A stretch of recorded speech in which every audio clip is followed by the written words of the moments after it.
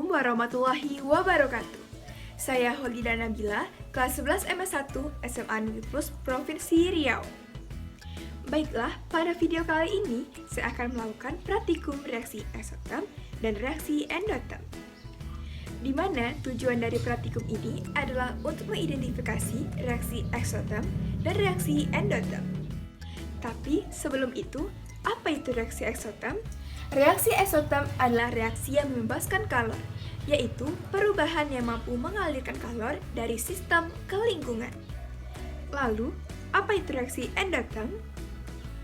Reaksi endoterm adalah reaksi yang menyerap kalor, yaitu perubahan yang mampu mengalirkan kalor dari lingkungan ke sistem.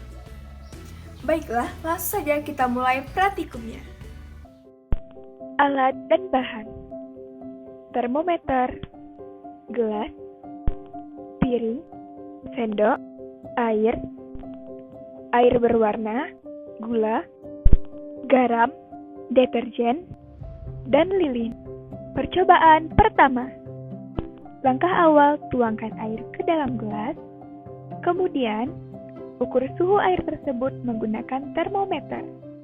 Ternyata suhu air biasa 27,5 derajat Celcius. Selanjutnya, tambahkan garam ke dalam air. Kemudian, aduk air dan garam hingga merata. Lalu, ukur suhu air dan setelah dicampur dengan garam, maka hasilnya 30,5 derajat Celcius. Pada percobaan pertama, terjadi kenaikan suhu dari 27,5 derajat Celcius ke 30,5 derajat Celcius, dan ini merupakan reaksi eksoterm, di mana garam sebagai sistem dan air sebagai lingkungan. Percobaan kedua. Langkah awal, tuangkan air ke dalam gelas, kemudian ukur air menggunakan termometer, dan ternyata suhu air 27,5 derajat Celcius. Selanjutnya, tambahkan gula ke dalam air. Kemudian, aduk hingga air dan gula merata.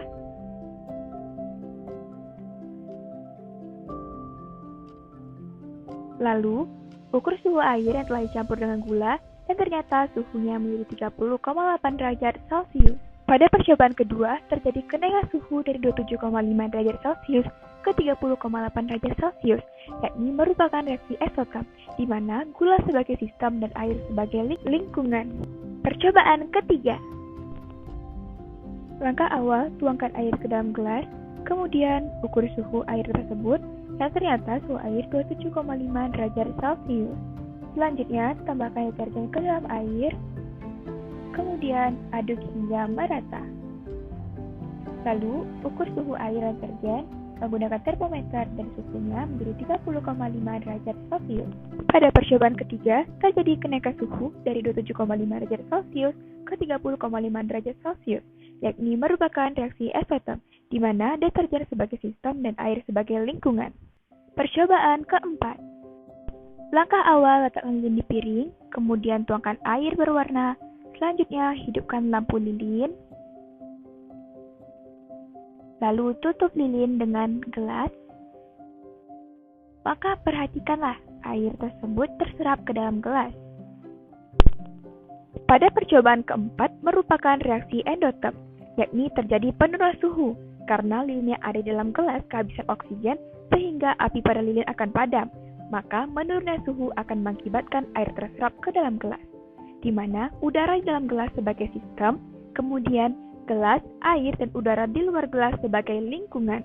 Baiklah, dari beberapa percobaan tadi, maka dapat kita ambil sebuah kesimpulan bahwa pada reaksi eksoterm akan terjadi pelepasan kalor yang mengakibatkan kenaikan suhu, yaitu pada percobaan pertama air dan garam, percobaan kedua air dan gula, percobaan ketiga air dan deterjen. Kemudian pada reaksi endoterm akan terjadi penyerapan kalor yang mengakibatkan penurunan suhu, di mana pada percobaan keempat yaitu air terserap ke dalam gelas yang berisi lilin. Sekian, terima kasih. Wassalamualaikum warahmatullahi wabarakatuh.